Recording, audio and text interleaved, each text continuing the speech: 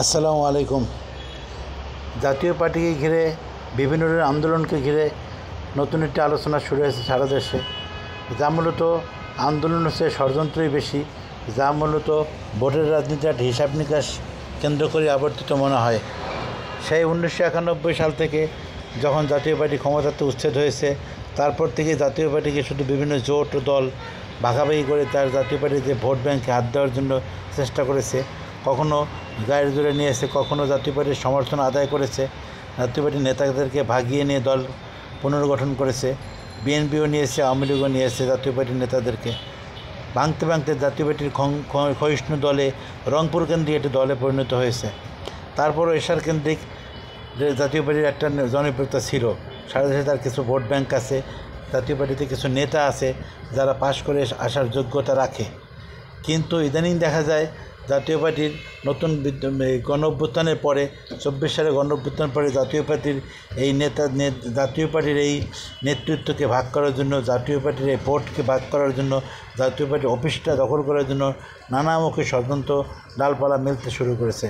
যখন যদি সরকার আন্তরিক হতো যে জাতীয় পার্টিকে বিলুপ্তি করতে হবে, ফ্যাসিস্ট হাসিনাকে যেভাবে ধ্বংস করা হয়েছে, তার রাজনৈতিক দলকে যেভাবে স্থগিত করা হয়েছে, ব্যান করে দেওয়া হয়েছে, সেভাবে জাতীয় পার্টি করতে হবে, তাহলে তারা তখনই করতে পারত।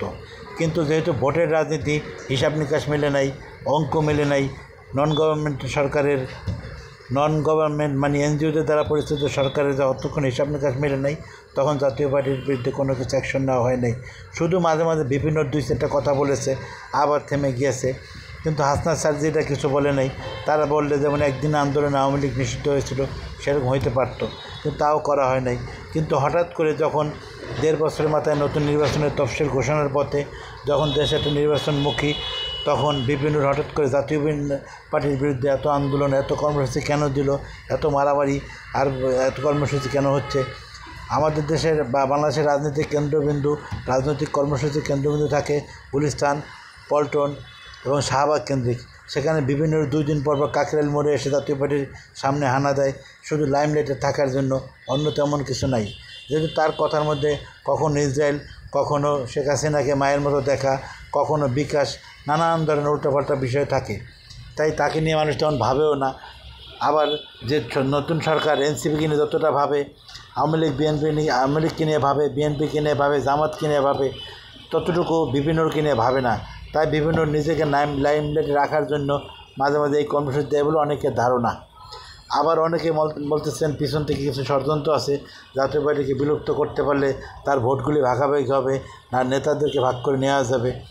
এইরকম নানান অছিলার মধ্যে, নানান তৎপরতার মধ্যে জাতীয় পার্টি আবারও বলির পাঠা হতে চলেছে। জাতীয় পার্টিকে ব্যান করার জন্য যদি সরকার আন্তরিক হইতে ব্যান করতে পারতেন, তার জন্য বিভিন্নকে আঘাত করা লাগে না। বিভিন্ন তেমন বড় ফিগার বাংলাদেশে ছিল না, যেরকম ফিগার তাকে বানানো হয়েছে। অদ্ভুত একটা ব্যাপার, সরকারি দলের নেতারা বিভিন্ন হামলার প্রতিবাদ জানায়, পুলিশ বাহিনী হামলা করে, তাহলে কে বিচার করবে, কে প্রতিবাদ করবে, কে ঠেক দিবে, কে ঠেকাবে, কে প্রতিশোধ নেবে? সব কিছু এলোমেলো অবস্থা। যখন নন গভর্নমেন্ট সংস্থাগুলি গভর্নমেন্ট চালায়, তখন এরকম হইতে বাধ্য। একটা অন্তর্বর্তী সরকার আসছেন, নির্বাচন দেবেন, চলে যাবেন, কিন্তু অন্তর্বর্তী সরকারের তৎপরতার মধ্যে অনেক সংস্কার যে সংস্কার তারা কথা বলতেন, তা 100 বছরও পারবেন বলে মনে হয় না। তাই যত দ্রুত এইসব সমস্যা বাদ দিয়ে একটি সুষ্ঠু নির্বাচন দিয়ে দেশকে একটি নির্বাচন ট্র্যাক উঠাইতে পারবেন, ততই ইউনূস স্যারের জন্য ভালো, আমাদের জন্য ভালো। আমরা তাই চাই। খোদা হাফেজ। আসসালামু আলাইকুম।